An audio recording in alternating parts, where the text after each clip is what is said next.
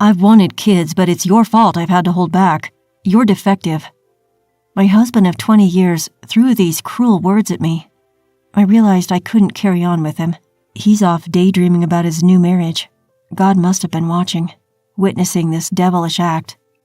That's why something happened to my husband. My name is Lisa. I'm 45 years old. I work as a secretary at a law firm. We're nearing 20 years of marriage. We've led a modest life, just the two of us. We've always wanted children, but we couldn't have any. The problems seemed to be mostly with me. I went for treatments while working, exhausting myself physically, emotionally, and financially, but to no avail. We decided to give up when I turned 40. My husband wanted kids till the end and urged me to continue treatments, but I was at my limit. The pain was unbearable, and the money was just draining away. The situation was terrifying. After all, they say you need $200,000 for retirement. It felt wasteful to pour more money into it. Why don't we stop the treatments and just live as a couple? We can save money and take some luxurious trips since we don't have kids, I suggested, and my husband, albeit reluctantly, agreed. From then on, we decided to enjoy our lives as a couple. Still, seeing children's photos on TV shows or greeting cards, I felt a twinge of regret. Even now, 5 years after stopping treatments, I carry guilt and remorse for not being able to have children. Then, one day, I decided to attend a school reunion after about 10 years. My husband said I should take a break, so I decided to stay overnight near the venue. It felt like a mini vacation.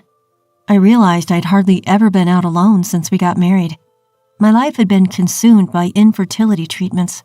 A little luxury now and then is okay, right? At the venue, I enjoyed catching up with old friends. "Lisa, long time no see. How are you? Don't you seem a bit slimmer than before?" Indeed, I had lost about 22 pounds over the last decade. I'm so jealous. Since I got married and had kids, I've gained almost 33 pounds. Even such a trivial conversation from a friend stings a bit. "Lisa, any kids?" "No, we couldn't. It's just the two of us with my husband." "Oh, I'm sorry for asking such an awkward question." "No worries. Let's just have fun." I tried to keep the atmosphere lively and cheerful. Speaking of which, my son was recently almost caught up in a marriage scam. A scam? I was taken aback by my classmates' words. Yes, he was asked to lend $20,000 because they were getting married, but it didn't go through. What? What happened then? My son couldn't afford to pay that much money, so he came to us, his parents, for advice. That's how we discovered the scam. In the end, the woman disappeared. That's a terrifying story. There are some pretty awful women out there, really scary. A marriage scam. I was a bit shocked that something like that could happen so close to home. Her son now has a new girlfriend, and the parents seemed relieved. The reunion went on smoothly and eventually came to an end.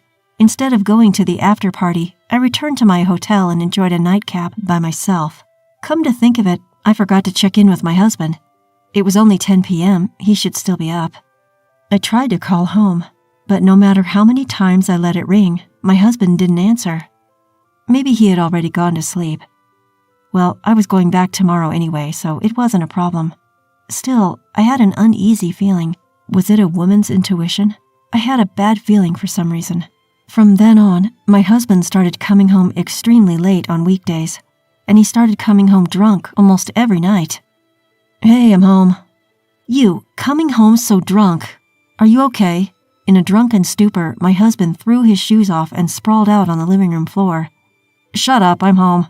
Show some respect." Respect for what, exactly? His slovenly state? While picking up my husband's discarded socks and shirt, I kept my thoughts to myself. Alyssa was cute, wasn't she? You know, if you were as young as Alyssa. That's what my husband said. Who the hell is Alyssa? What does he mean if I were young? By the time I thought to question him, he was already fast asleep.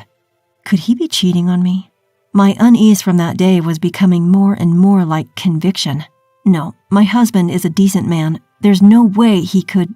It must be drunken nonsense, I reassured myself. But then there's my husband who leaves early in the morning on weekends and doesn't return until late at night. "I'll be back later. Take care."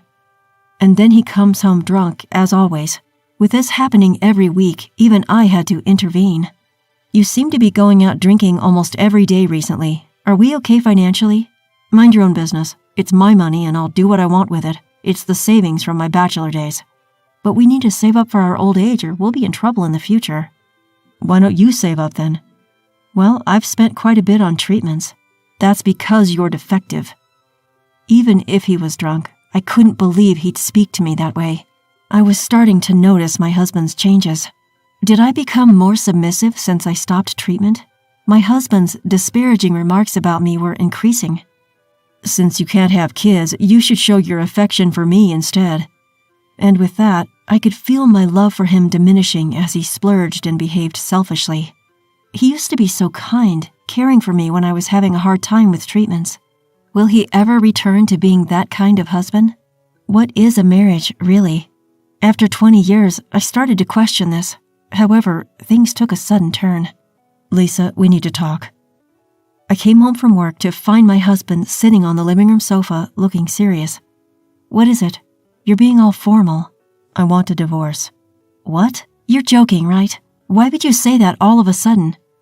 The thought that my husband was considering a divorce had never crossed my mind. Yes, I knew we had to reconsider our relationship as a married couple, but I hadn't thought about divorce. Was my husband thinking of divorce before I even considered it? Out of the blue, you want a divorce? What's going on? I confronted my husband, seeking answers. We've been a couple for 20 years, haven't we? Let's discuss this properly. However, he looked at me with contempt. You're really clueless, aren't you? He sighed heavily, glaring at me.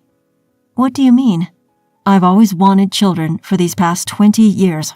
And because I got stuck with a defective piece like you, I've been robbed of the opportunity to become a father. Have you ever considered my feelings? As he spoke, he pounded the table with an arrogant tone. That's not fair. We discussed together and decided to stop the treatments, remember? I was never okay with that. I've always wanted a child. Why hadn't he told me that then? I was on the verge of tears, overwhelmed by sadness and frustration. Well, if you sign the divorce papers, I won't have anything else to say. Proudly, he pushed the divorce papers on the table towards me. I've actually already decided to remarry. What? Remarry? Yeah, with a 20-year-old girl. A girl? Are you saying you've been having an affair? No way. I plan on marrying her as soon as we're divorced. He announced this with a smug satisfaction. A 20-year-old girl was marrying my husband? This couldn't be happening. Alyssa, she's sweet and cute. The perfect wife. Not like you. Alyssa. That was the name my husband had mentioned that day. Woman's intuition was not to be underestimated. I felt a sense of self-satisfaction, but this wasn't the time for self-praise. And then my husband showed me a picture of his adorable Alyssa. Upon taking a closer look, I nearly burst out laughing. This has to be a joke. Something like this was impossible. What? He noticed my strange reaction, but I quickly regained my composure.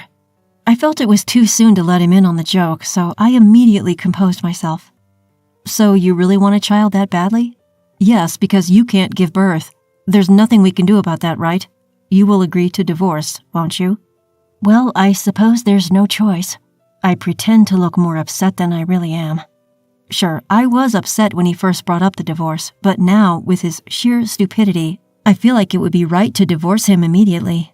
Yes, I should leave a man like this sooner or later. I feel as if I've been given divine guidance to do so. I sign the divorce papers and leave my husband behind. I'll bet he'll regret this soon enough. Well, let's just watch and see.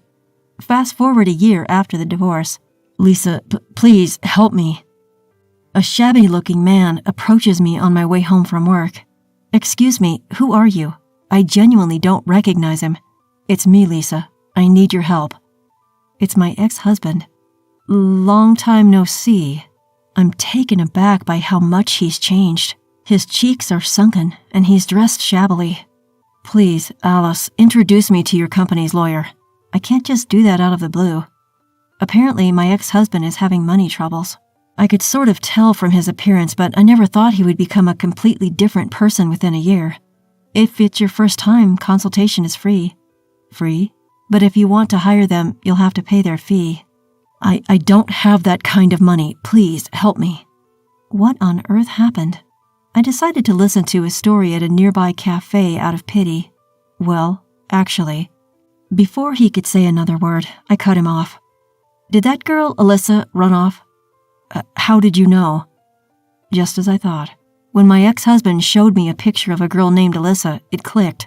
That girl looked exactly like the one who conned a classmate's son at a reunion. At that reunion, the classmate was saying, "I can't forgive that woman," and showed her picture around, warning everyone. I think her name was Sally and she was about 22. Well, her age and name are probably fake. It makes sense. The swindler wouldn't use her real name, of course. You knew about Alyssa, didn't you? Well, I guess you could say I knew, but what happened? When I asked my husband for the details, this was the story he gave. He met a woman named Alyssa about a year ago in a nightclub. My husband, who's always wanted children, seemed to have been venting such thoughts in his conversations with her. That's when Alyssa said, "I can have a child for you." The two gradually deepened their relationship after that.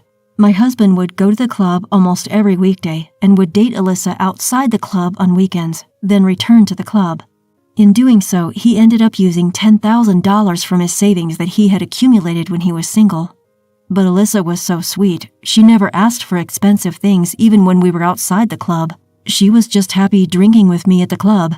She was different from the stereotypical opportunistic club girls you often hear about. She didn't need designer goods or jewelry.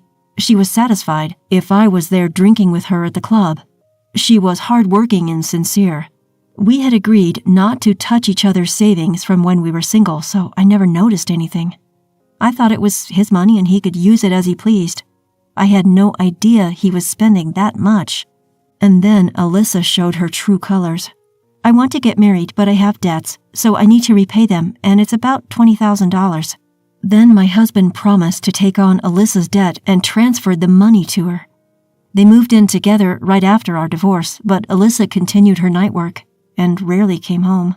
And then she quit her job at the club and disappeared. Of course, she took all the money and ran. Just how foolish can he be? I started to feel pathetic for having been married to such a man for 20 years. Did you make a promissory note? A what? When I asked, my husband looked puzzled. You lent her money, didn't you? Didn't you get a note? We were going to be a couple, so I didn't do such a thing. Really? So doesn't it mean you just gave her the money? Is that so? In this case, it seems like you donated $20,000 to Alyssa out of goodwill. This woman must be a pro. In the case of donations, if the amount exceeds $11,000 in a year, gift tax is imposed. Depending on the case, the receiver might be taxed, so Alyssa just took $20,000 in cash and vanished, and she split the money into 2 parts across 2 different years. That way, she wouldn't exceed the $11,000 limit and could avoid taxes. The reason my husband thought she was a good girl who never asked for material gifts was because she knew the law well. So what should I do? I don't know, maybe consult a lawyer? It'll cost you, though. Upon hearing that, my husband's shoulders slumped. I've used up all my savings from my single days. The woman I loved ran away from me. I can't tell the company that the marriage is off after I've already told them about remarrying. I boasted about getting a younger wife. Isn't that his own doing? Although I thought that, seeing his pitiful situation, I couldn't say anything. Lisa, it's my fault. Please, come back to me. I realized after you were gone, you were the only one who cared about me. I don't need kids anymore. I'll let you do as you like. You must have been lonely too, right? Does my husband still misunderstand that I still love him? That matter ended half a year ago in my mind, so I confronted him with reality. You know, it's been a year. What's with this sudden change of heart? Isn't it a little too late now? Lisa, are you going to abandon me?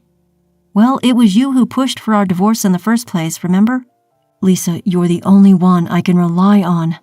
My ex-husband looked utterly exhausted. I decided to show him a little mercy. All right then, shall I call up a lawyer friend of mine? Lisa, thank you. I knew I could count on you. With tears welling up in his eyes, my ex-husband seemed genuinely grateful. And the one who came to the coffee shop was Mr. Johnson, the lawyer from my company. John, over here.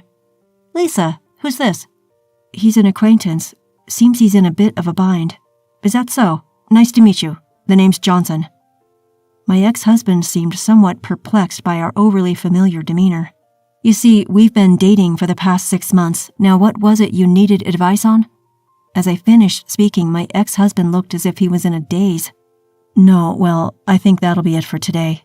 Suddenly snapping back to reality, my ex-husband hurriedly left the coffee shop. In the end, he couldn't afford to hire a lawyer and resigned himself to his fate. Rumor has it that his company has been abuzz with talk of his unfortunate situation, left by his soon-to-be wife, ignored by his ex-wife. It's a small world. Who would have thought that one of his colleagues was at the same coffee shop, overhearing the entire conversation from start to finish? I heard through the grapevine that he's frantically trying to find a new partner, terrified of facing old age alone. Who was that guy? When Mr. Johnson asked me about it later, I told him the whole story. I'm sorry for involving you in all this. The truth is... I see. You've had quite the ordeal, Lisa. The part about me dating Mr. Johnson was a complete lie. I had asked him to play along with the charade. Sorry for all the trouble. No worries, Lisa. I'm glad I could be of help. By the way, do you have any plans after this? Excuse me? How about grabbing something to eat if you'd like? Caught off guard by this unexpected turn of events, I was a little flustered. A fresh start in my mid-40s. This isn't such a bad beginning. Yes, I'd love to. I was certain a fun-filled future was awaiting me. I couldn't shake off this feeling.